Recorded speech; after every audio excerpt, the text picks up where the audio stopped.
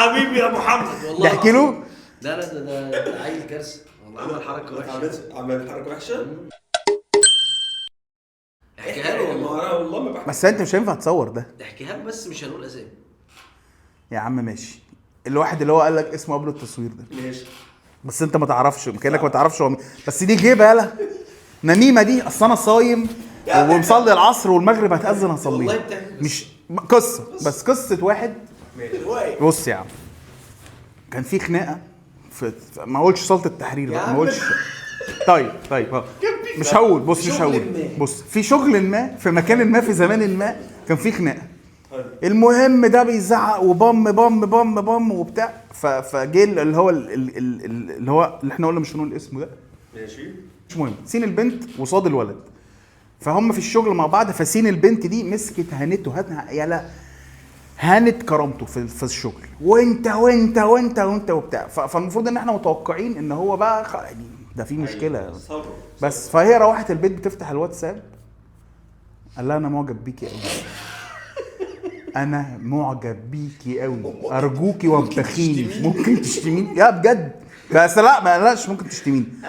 انا معجب بيكي قوي وانا راجل دغري جدا وعايز اتجوزك. طب ازاي يا ابني؟ لا قول يا عم. قال لها انا معجب بصراحه انا معجب. طب انت ما بينتش اعجابك ده غير وهي دي هنته. فهل انت يعني بتحب مثلا ده؟ انت ازاي الشتيمه خارجه من عندك من جوه قوي كده؟ ازاي شديدك؟ ازاي حازمه كده؟ اللي هو مجنونه شتايم. اللي هو مثلا يجي مثلا امه وابوه يسالوا انت يا ابني حبيت فيه ايه وعايز تتجوزها ايه؟ بتهني. اعمل ايه يعني؟ ما اعرفش، بحب الاهانه. نفسي اكون خدام. بس انا كنت عايز اتكلم بقى عن المشاريع بقى. ماشي. يعني دي كانت مقدمه عشان انت تعرف اللي حصل. عصير كتير قوي. وبرضه انا ماليش فيه اصلا، ده هو كلامها انا ماليش فيه. قالت لك ده كله دمبل، ده يجي معايا الجيم ازاي ده؟ بس قول لنا ايه بقى المشاريع بقى. بص هو مثلا انا كنت عايش عادي معايا. واحده بس ثانيه واحده. اهلا بيكم في حلقه جديده من تلقائي. اضرب نار. ازيك يا اشرف؟ اما يجي بقى كارم بقى، احنا قاعدين بقى. يا حبيبي يا كارم، يا حبيبي يا كارم. يلا. انا اهلا بيكم انا بقول لك خد منه يلا. بص في حاجه يلا، العيله مضروبه. يا حبيبي يا اسلام. يا حبيبي يا كارم. انا كنت عايش بعربيتي عادي، كريستاله الحلوه الجميله اللي معايا ومرضي بيها وزي الفل. فشفت واحد انسان ما صاحبي شغال، كان كلام بقى اوبر بقى زمان دي لما اتعملت بقى في عزها، لما كانت بقى اللي هي بص هي اوبر دي اتعملت مش عشان تبقى وظيفه اساسيه للناس. اللي عرفته بقى بعد كده تجربتي يعني، هي اتعملت عشان انت نازل من الشغل تاخد مشوار في طريقك، لكن تبقى وظيفتك الاساسيه وتاكل وتشرب عليها وتجيب عربيه قسط عليها. لا هي مش معموله عشان كده. فانا شفت صاحبي ده كان معاه عربيه برضو، جاب عربيه جديده برضو وشغال بيها، واللي هو بقى اوديكي فين يا فلوس، اوديكي فين يا ماليه. هو كان يقعد على قهوه الزبادي، فواكه، السحلب، الموز، المكسرات، الحجر الفاخر، يقول له لا مش عايز تفاحه، ده عايزه فاخر. شغال اوبر بقى، راجل بقى طيار. فقال لي ده مشروع العمر. قال لي بص انا هبدا بعربيتي، اقنعني بقى وانت هتبدا بعربيتك. هنبدا انا عربيتي وانا عربيتك، ونجيب تحتنا عربيات، وكل يوم تيجي تجيب لي الايراد. يعني انت تشتغل وانا اشتغل ونحط الايراد مع بعض، والناس اللي هتيجي تحتنا نحط الايراد مع بعض، وهات مكنه تعدي فلوس. وكفايه شغل عندنا، كفايه شغل، كفايه تبقى عبد بقى يعني. خليك بقى يعني تعالى معايا بقى انا هوريك وبتاع. قلت له طب انا عربيتي دي، قال لي عربيتك دي ايه؟ قلت له كانت لانسر كريستاله ساعتها. قلت له كريستاله بس اي بي اس وبتاع. الاي بي اس لما كان بقى اي بي اس كانت 97 فتحت سقف، والله العظيم كانت مرايات ضم. هي اقسم بالله عربيه موديل 97 مرايات ضم، فتحت سقف اي بي اس مش موجوده في عربيات موديل السنه، فاهم؟ ايرباج ما تفهمش بقى ايه كانت. وفتيس شورت شيفت اللي هو فتيس الصغنن ده، اللي هو اول في تاني في تالت فرب. لما عرضتها للبيع والله يا اخي اقسم بالله كان تحت البيت عامل زي سوق السيارات والله العظيم. 3 شويه هنا وشويه هنا، وانا انا قلت له سعر. طب خلاص هم لو مش ياخدوها احنا ناخدها. والله انا الناس دي متكلم. طب اشرف واروح اقف معدل شويه مجموعات بقى، لحد ما في الاخر واحد خدها، وقعدت اقول انا مش هبيعها بالساوند سيستم، وخدها بالساوند سيستم. لا ما ينفعش تشتغل اوبر، ما هي 97. ممكن عايزين عربيه جديده شويه، عربيه احدث، فاهم؟ فقمت مضحي بيها. خلصت بقى حلقه صوص، كنت احكي لك حلقه صوص السيارات دي كانت ممتعه. وناس بعتت لي عربون فودافون كاش بس يلا المهم مش موضوعنا.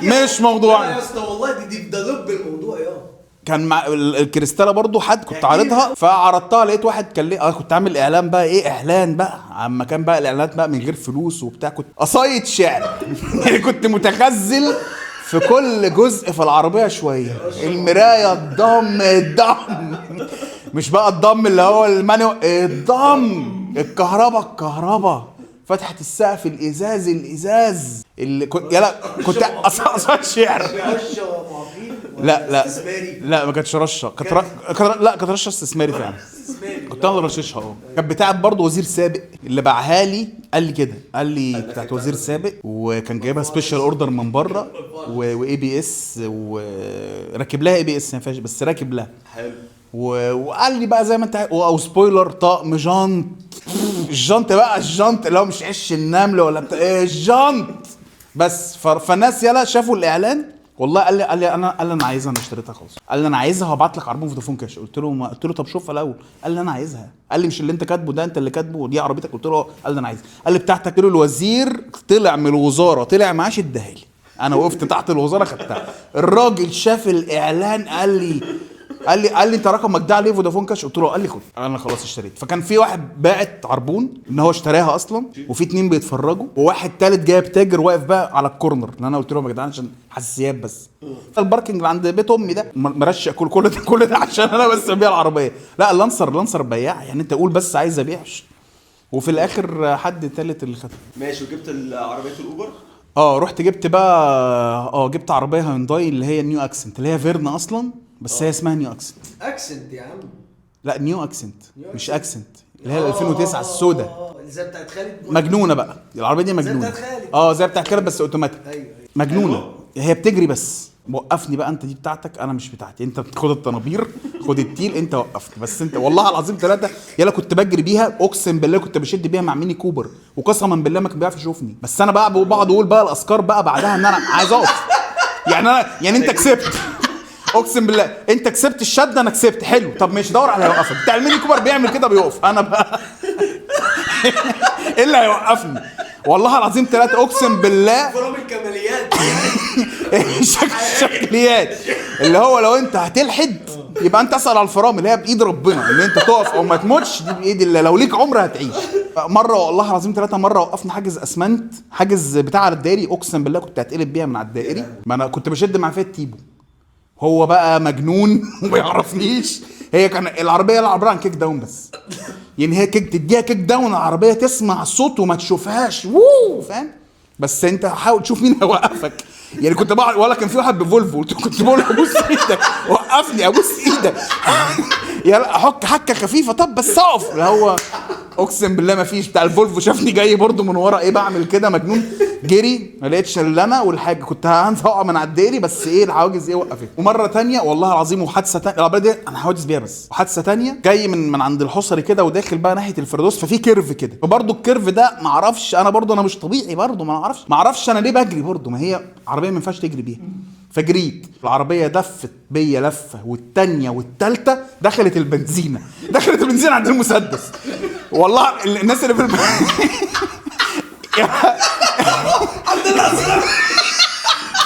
كيميا في سباق فيراري ده مش لان اللي هو كان واحد فك الجنط كمل فاهم المهم هو وصل لا 4 في بيشيلوا الكاوتشات ويحطوا كاوتشات تانية وواحد يحط له بنزين يلا انا شايف الناس بتجري يعني انا كنت اشوفهم في لمحات كده يعني في لفه واشوف ناس والف تاني واشوف ناس والف تاني كل مشهد كنت بشوف الناس ابعد ما هم شايفين برضو عربيه جايه عامله كده فبيجروا فدخلت بنزينتها فاضيه لا كنا بالنهار كان يوم رمضان والله يا ابني صليت العصر قبلها وقلت الحمد لله مصلي العصر وكنت حاسس ان في حاجه هتحصل قلت يا رب انا في حمايه ربنا كنا صايمين رمضان وصيام صليت العصر كنت برضو شغال بقى برضو بيها صليت العصر وخدت العربيه وحصل العصر فدخلت البنزينه ما لقيتش حد فلقيت بقى لما شافوا ان مفيش حاجه حصلت انا كنت هلبس بس وقفت عند المسدس فالراجل خرج قلت له لا ده على فكره دخول البنزين عادي انا خدت بنزين كده لما تفتكر قعد يقول لي طب في حاجه حصل حاجه قلت له في حاجه حصل ايه انا بحط بنزين كده قلت له ب 100 جنيه 95 بس حط لي فعلا بنزين ومشي، والناس كلها قاعده تعمل كده وفاكرين ان انا بلعب وانا اصلا داخل ميت، فاهم؟ فهي العربيه دي حوادث بس. وقفني انت بقى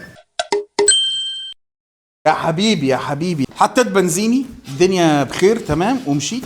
بس فكنت شغال فضلت قاعد بقى شغال بيها شويه. الفلوس فين؟ طب انا هكسب امتى؟ طب قعدت شغال شويه وما كسبتش بس، وشغال بقى. والاشرف رايح من الشغل، اشرف جاي من الشغل، اشرف سواق قد الدنيا، ده حاجه مفتخره جدا وتمام. طب انت فين بقى يا ابني الفلوس؟ مفيش بقى، ما اعرفش، انا مديون برضو عشان العربيه اللي جبتها. مفيش بقى، انت سد بقى، انت شوف هتسد ازاي. فاضطريت ابيع العربيه عشان اروح اسد الديون.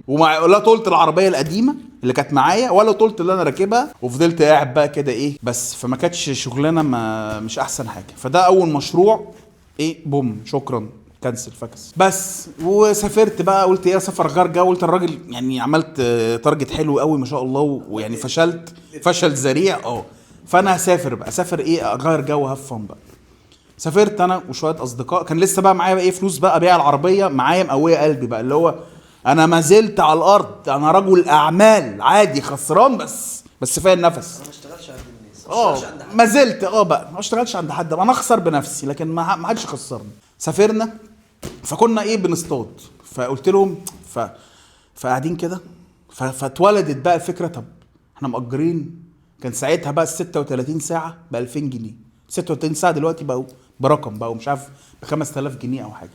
طب احنا مأجرين مركب، احنا بص كام واحد قسمناهم علينا، احنا هنجيب مركب. اللي هو انت مش معاك رخصه سواقه؟ عادي، اللي يسوق على الارض يسوق في المركب عادي. بس المركب دي مرخصه حاجه اللي كنا عليها دي، اللي مع ربنا. فقالوا لي انت اشرف، انت بتاع البيع والشراء والعربيات وبتاع. قلت لهم فقلت لهم بس ده في العربيات. قال لي ما كلها يعني عادي، دي سفينه ارضيه، دي سفينه بحريه، فروح اعمل الشويتين بتوعك. فقمت داخل. موديل كام دي يا حاج؟ قال لي دي مش بالموديل ده، هو بس المكنه بتبقى مثلا المكنه نوعها كذا، بس مفيش حاجه اسمها المركب موديل. قلت له يا راجل يعني دي مش عندكم؟ اصل انا كنت شغال مراكب بس هناك عندنا احنا في النيل هنا. قال لي لا، النيل غير هنا المالح، هنا قصه ثانيه. قلت له عشان كده عشان ده المالح. طيب المكنه نوعها ايه؟ هوندا ولا ايه؟ فقال لي مش عارف ماركيز باين سوزوكي حاجه كده. قال لي حاجه كده، حاجات كتيره. قلت له حلوه يعني؟ قال لي لا حلوه ولا ربع كيلو. قلت له ما تكشفش؟ قال لي لا اكشف عادي. قلت له فما نزلت طبعا اوضه كده فيها المحركات وبتاع، ما فهمتش اي حاجه بس شغلت السنسه بقى، بقيت اسمع. قلت له دور كده. دور وبطل. قلت له دور كده. قال لي ما هدار. قلت له بطل. قال لي ما احنا في الميه. طب ليه ومش عارف. قلت له بطل، انت خايف من حاجه ولا ايه؟ فبطل.